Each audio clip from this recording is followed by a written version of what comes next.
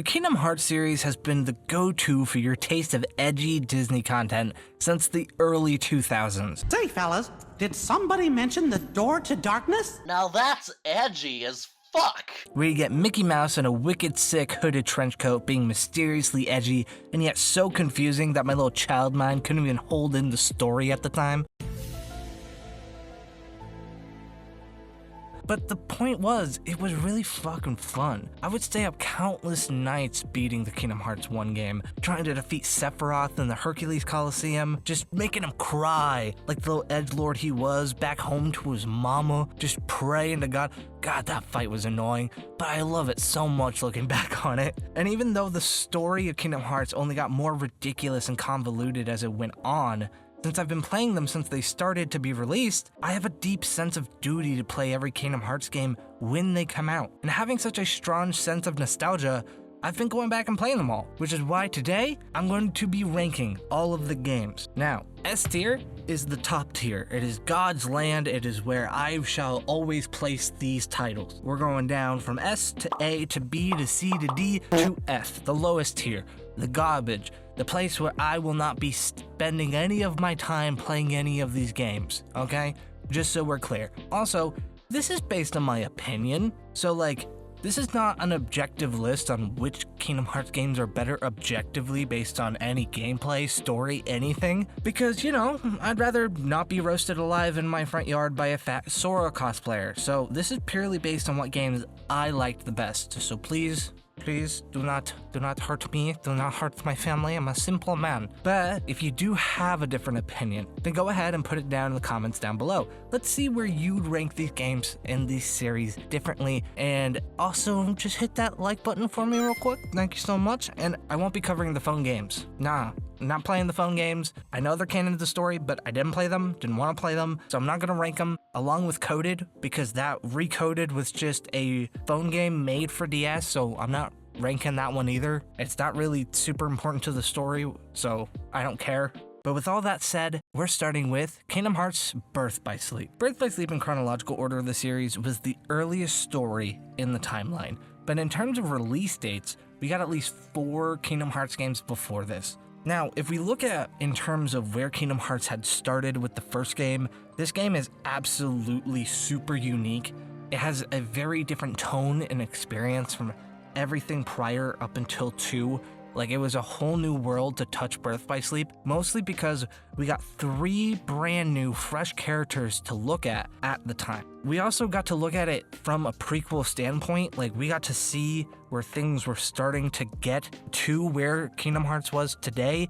We got to see baby Kairi, baby Sora, baby Riku, you know? We got to see all the cool little cats and who was connected to them beforehand, which was a really nice experience considering, well, we were waiting for 3, I'm gonna be honest. Nobody gave really any care about these side games. Like, they wanted Kingdom Hearts 3, we didn't get it, but we did get a cool experience with Birth by Sleep. Like, it was a prequel, it was before everything happened. It was also just a super nice touch to have them all be super differently stylized in terms of their characters, their personality, the stories they go through, and their combat styles as well. They each had different kinds of keyblades, which was really neat to see them have different styles of Keyblade in terms of their initial Keyblade. They unfortunately gave them pretty much all the same Keyblades in the story whenever you went through a world, which was a downfall for this game. But having 3 characters to play through was mind-blowing. No Roxas or Riku short segment inside the second game,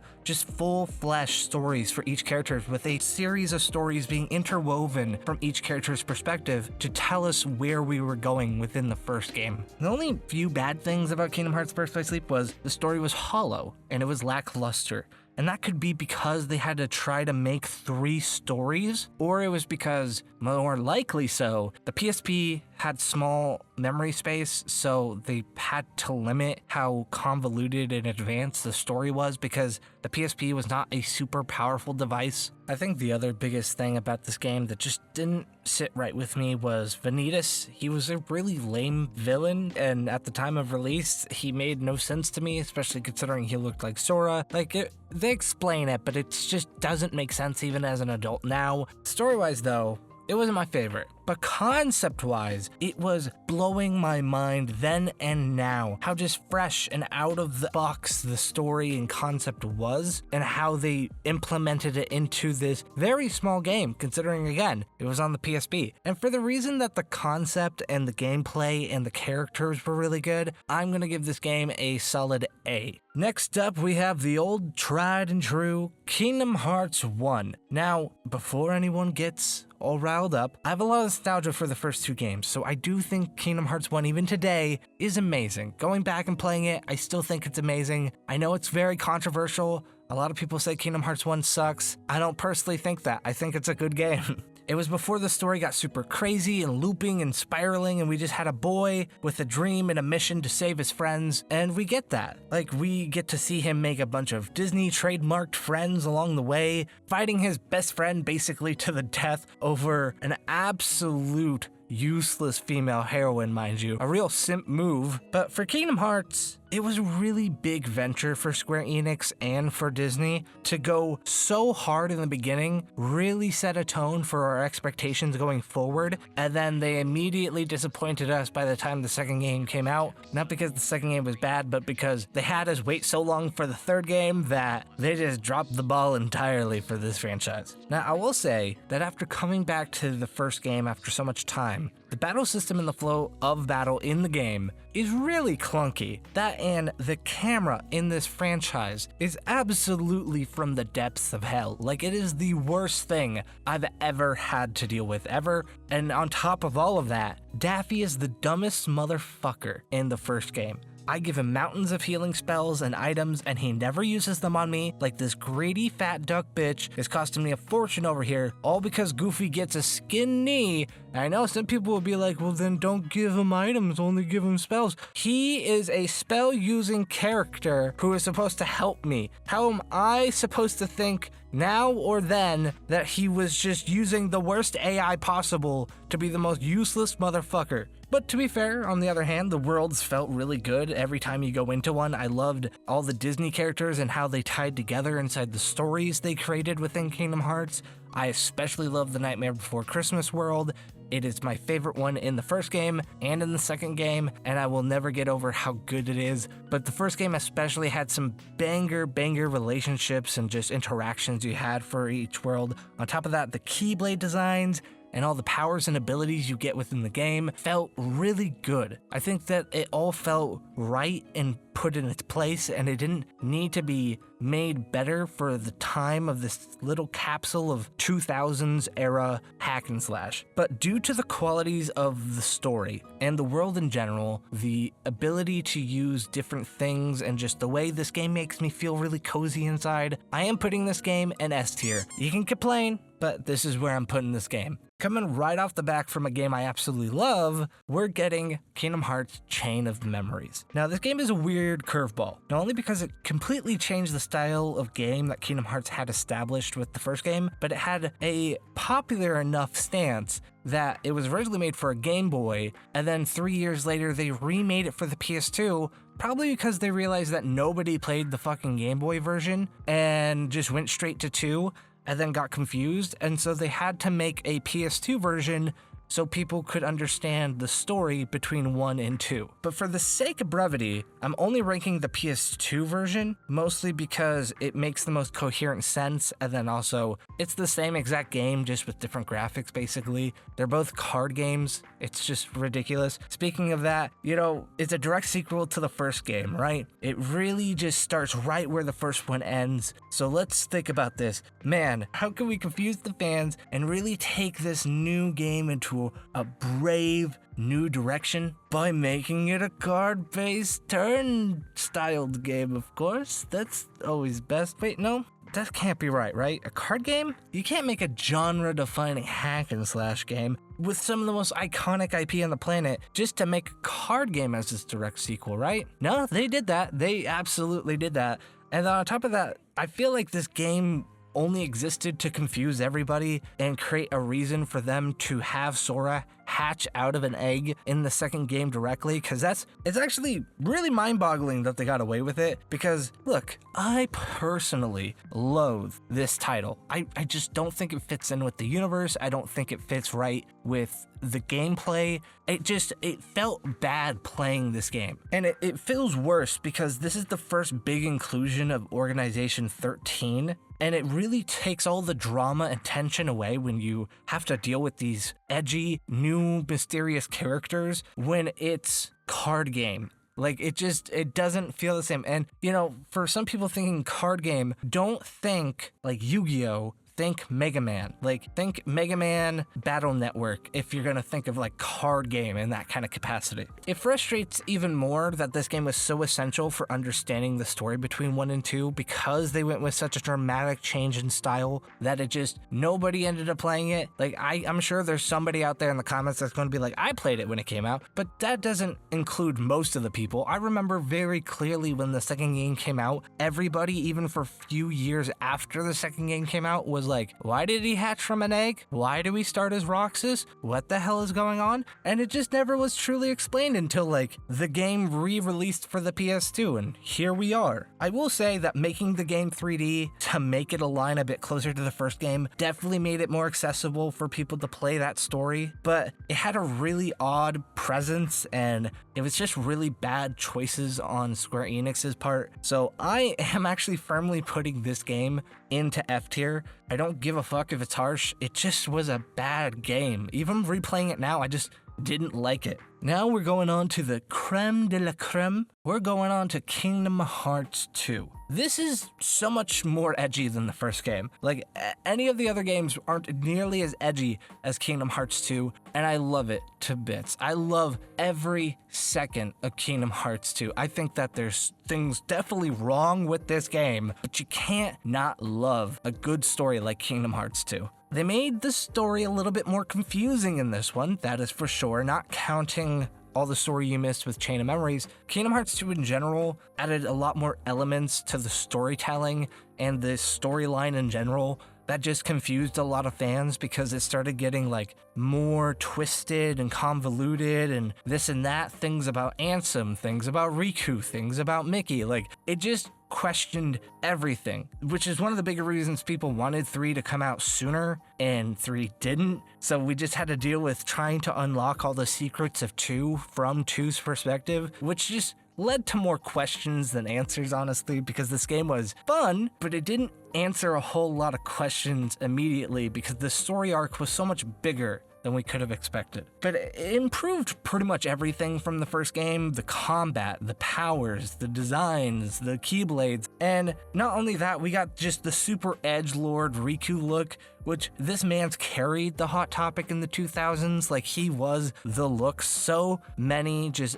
AMV videos made for Riku with the blindfold on. It's so good to remember old YouTube like that. Yeah, I mean, Kingdom Hearts 2 set a trend. I mean, it had so much going for it. Even going back and playing this game, it just made me realize that they did learn to improve each game, right? They improved keyblades, they improved worlds, they improved interactions. The only thing they didn't improve was the story. That was about it. It was about as good as Kingdom Hearts 1, but in terms of everything else, it was a whole lot better. And every single time I was in a new world, I still chose to get rid of Donald because his AI was god-awful. I'm an absolute Donald hater in this household. I will not be taking second opinions, and we're gonna move on from that. Besides that Duck Menace, chef's kiss. Like, obviously, this game is getting an S tier. It's going above Kingdom Hearts 1. Like, it is the top S tier in all of the Kingdom Hearts series for me. Like, I'm gonna let you know now, there's nothing better than Kingdom Hearts 2, in my humble opinion. If you disagree, that's okay. But for me, it's the top of the top. We still have some mid-ass things to look at, so let's continue onward, right? Because right after this super high, we're coming back down a little bit when we get to Kingdom Hearts 358 Days Over 2. Silly game, that's too many days in the year. That's the joke. I hate that title. I hate that title so much. This game was the start of how many mental gymnastics this company can make us go through, because this game takes place around the same time as 1 and Chain of Memories and 2. So it's just this whole thing where you just have to realize that there are just multiple games happening at simultaneous times. And it focuses on Roxas from the intro of Kingdom Hearts 2, which is great. Roxas got a huge fan base when Kingdom Hearts 2 came out. People wanted to know more about Roxas. We got a game about Roxas. Perfect. It's about the fact that he was a part of Organization 13. So this was also a close-up on Organization 13, which was great because we wanted to know more about the organization. Either way, we wanted to know what was going on with Organization 13, and then it was a nice, shocking reveal. Oh my gosh, Roxas was a part of Organization 13, and it just made you feel really interested in the story because of this new, interesting character that was a part of Sora that, at the time at least, nobody knew why he looked different from Sora. But yeah, that's all to really say that these games, you really need to play them in chronological order, because if you don't, you're just not going to understand the story. For people who had to jump into the middle playing 2 or 3 before they ever played any of the other games, like, they just absolutely got fucked here, because there's just no understanding what the story is about unless you play all the games in actual order, because you just have to wipe your mind and just continue on from wherever the first game starts to get even a glimpse of understanding for this story. But let's actually talk about the game, because the game is really interesting. It's an action game that felt pretty good to play. The action wasn't quite as compelling or interesting as Kingdom Hearts 2, but, you know, there was limitations to the DS. Coming back to it, it did feel really good. The combos felt about as good as Kingdom Hearts 2, but I wouldn't say it was totally up there. It was still very limited.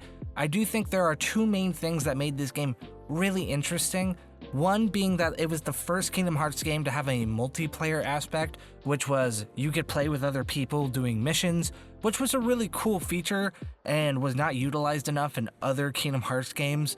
Like, there was the arena in Birth by Sleep, but besides that, this was the real multiplayer function inside the Kingdom Hearts games. And just, you know, unfortunately, they just didn't carry on with that tradition going into any of the main games. There still hasn't been any multiplayer functions within the main games. As far as I remember playing 3, I don't think they added anything like that, even though it would have been cool. Hack and slash multiplayer, like local co-op, online co-op, doing missions or worlds together would have been really interesting, but they didn't go for that. They wanted the single player experience, which is understandable. No, not everybody needs the multiplayer experience, and considering the DS was kind of like sold to have a lot of online functionality, like the DS had a lot of things that evolved playing with other people, it made sense for this Kingdom Hearts game to have that function. Overall, it was really fun in terms of playing the game. There was a lot of jankiness. I do think the other important factor was that since it was the DS, they had a second screen with the touch screen. They used it very minimally, but they still used it, which added an extra dimension a little bit to the game. But overall, it was all right. Like, it wasn't perfect, but it was good. So for that, I'm going to probably put this game at a solid B, just because overall it was a good experience. Looking back on it, I understand why people still like the game, but it's not perfect. The story wasn't super great. It was interesting enough to like feed the people who wanted that Roxas content, but definitely not good enough to consider the main storyline. So I think that we'll leave it there. Now, while we run down this lonely road, the only one that I've ever known, we are now at Kingdom Hearts Dream Drop Distance. It was an interesting choice releasing this one on the 3DS, but I will say I actually enjoyed this game's combat the most out of all the games, which is pretty interesting to say considering we just went through 358 Days Over 2, and that was on the DS, and this one was on the 3DS. The 3DS was a really good console. It just overall made me really happy to have a 3DS, and I liked playing Dream Drop Distance a lot then and now. You know, the story took place when we finally got to see Sora have a chance to become a Keyblade Master, considering this story has been entirely about him and his journey and where we were going with that. It was really interesting seeing a new form of enemy with the Dream Eaters and being able to capture them and tame them and use them in battle and things like that, which I think was a really unique and interesting idea to put on the 3DS for, especially considering they had the little cards that you could scan and capture those specific special Dream Eaters. Like, it was just a really interesting thing to be able to have that functionality and experiment, which was what Nintendo's always been really good at. Whenever you got a Nintendo titled Kingdom Hearts game, it was always about experimentation, and I think that's a really interesting way to go about it. In terms of the worlds, I love the selection of worlds. I loved playing the Pinocchio world. I loved playing the Tron world. I love the Tron world in every Kingdom Hearts game they put it in. I just love Tron in general. So getting to play in a Tron world, I love it. I just love Tron in general, loved that world. I think that the Keyblades and the designs of the characters really hit really well. I think being able to go through the story as Riku and as Sora really made a lot of sense and really was cool to see. I do think, due to the limitations of the 3DS, again, a mobile console, we got a lot of limitations with seeing the two characters coincide in terms of having two separate stories. We got a lot of the same worlds over and over again, switching between the two characters. But in the end of the day, like, it was mostly about them going through the same trials for the most part. In terms of story, it was alright. Like, I didn't particularly love the story of Dream Drop Distance. I do think it wasn't terrible, and I do think that it definitely evolved everything we've been waiting for. Like, it was really the precursor to 3 that we wanted all the other games to be, but they weren't. So I think it made a lot of sense for the game to exist once they released it. Still should have just released 3, but, you know, they just wanted all that buildup, I guess, for over a decade. But yeah, the Dream Eaters were a really interesting opportunity, a really creative experiment, which is really surprising considering if we look at Final Fantasy, we know that Square Enix is known for being innovators and never reusing systems and ideas that don't work from old games. I will say that overall, it's a fun game, and it flared a lot of fan service considering everybody wanted to play Riku. You finally got to play Riku. He had his own interesting playstyle and overall feel, which was really nice to have. Honestly, after going back and playing through this game and playing all the fun little things, I'm really struggling on whether this game deserves to be in B or A, but really think about it now, I'm probably going to put it in A rank. I think the combat was really polished and well-deserved, and I think overall the game, even with a little bit of a lackluster story, makes up for it in just the replayability and how fun the game was overall. And now that we've gone through all of that, we are at the big cheese here, the up and coming of a decade. We are going over Kingdom Hearts 3. The amount of time between this game and the second game definitely did not run in this game's favor whatsoever. Like, I was a child when the second game came out, and by the time this game came out, I was legally allowed to drink in America. Like, there's a huge difference. Some people got gray hair waiting for this game to come out, and now it's been 5 years since its release. It also didn't help that when Nomura admitted that there was a hold on the game, it was so they could develop Final Fantasy 15, which is such a sore feeling considering 15 was a very mid game in my opinion. Nonetheless, this game does a lot of things right and a lot of things wrong. In terms of combat, it felt good. It didn't feel as good as Dream Drop Distance combat did, but I definitely feel like they really got down a much smoother path in terms of combat style, in terms of abilities, which I enjoyed quite a bit. I liked a lot of the companions that you could have within the game, but there wasn't really much to do with the powers. Like, I didn't like the powers very much. If you look at it and you see the teacups and the rides kind of powers, instead of like having things specifically be based on character powers, like teaming up with Simba or something along those lines. Like the older games, they went with like the spinning teacups and roller coaster rides as the abilities, which kind of felt like a really shoehorned in thing to just shove into my face to be like, oh yeah, this is a Disney game from a Disney world, when it really didn't need to do that, because every world you go to is a Disney IP. So it just felt like it was an unnecessary ad instead of just making something unique and creative in terms of ability. But with that said, the upgraded graphics were super noticeable. The game looked beautiful. I loved the cinematics. I did love the music quite a lot. The outfits and the Keyblades hit pretty hard. Like, they really hit really hard.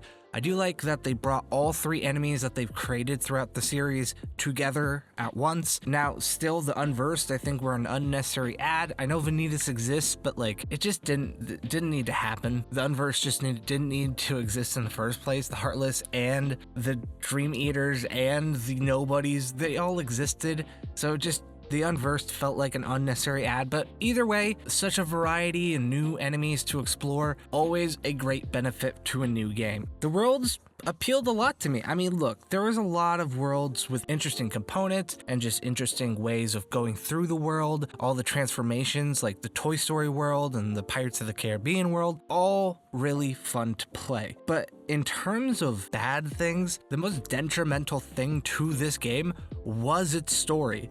Some people might like the story development, but personally, I found it really unsatisfying. The story up until this point was confusing as it is, and the way they handled Organization 13, getting all the members they need, didn't feel interesting or even good to the overall story. This being an ending to a long arc that's been going for over a decade just didn't feel good. It felt very disappointing. It killed a lot of the flow to a degree, and it just took me out of the game really hard because it just felt like they rushed it at the end after waiting for over a decade because they didn't know how to really make the 13 light and 13 dark thing really come together well. It really just killed the game for me. I think the game is fun. I think that there is a lot to do in the game. I think one playthrough is really all you need for this Kingdom Hearts game, but due to such a disappointing story, I'm putting this game at C tier. I know a lot of people probably like this game a lot, but I didn't like how the story progressed because of it, and I think overall it just made me feel lackluster and less excited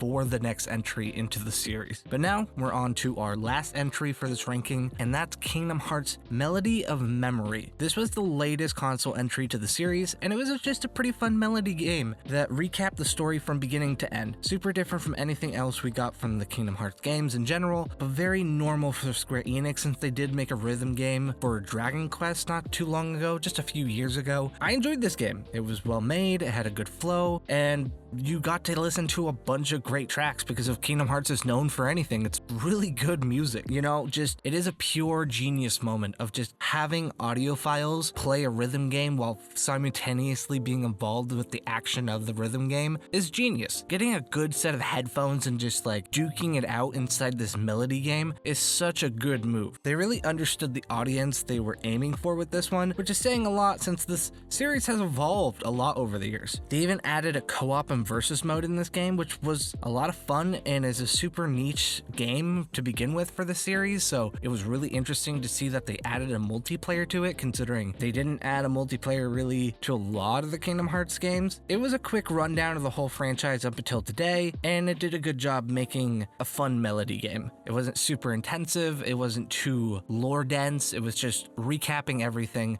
so people, a condensable few hours to just understand what the hell even happened, considering the story is convoluted. But with all that said, I'm putting this at B. It's nothing super special. It's no reason to complain about it, but it's also not so amazing considering it's a very niche and different type of game from a lot of the other Kingdom Hearts games, but it is fun and I can understand why people really like the game. But now the list is complete. If you disagree with me, that's totally cool. Just remember to be civil. These are just games we're talking about here. The only hope that I have here is that Kingdom Hearts 4 comes out sooner rather than later, since Kingdom Hearts 3 really destroyed the momentum, but considering it's already been 5 years, I'm not really hoping for much. That and Square Enix already said that they're focusing on quality, quote, quote, over quantity, which it took years for them to make each Final Fantasy game and any other title that is, so I'm not really expecting much from them, but I appreciate you guys all watching, and if you got this far, go ahead and click on another one of my awesome videos right over here, and until next week, I'll be seeing you.